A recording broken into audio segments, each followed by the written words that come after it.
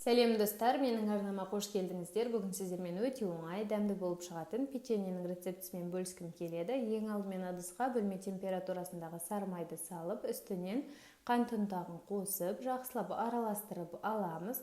Болғаннан соң бір жұмыртқаның сары уызын қосамыз.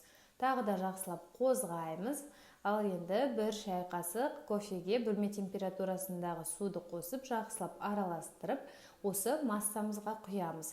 Тағы да жақсылап қозғаймыз. Ал енді ұнды және де жүгері крахмалын, какаоны, шым-шым тұзымызды қосып, бір қалыпқа енгенше осы массамызды жақсылап араластырып алатын боламыз.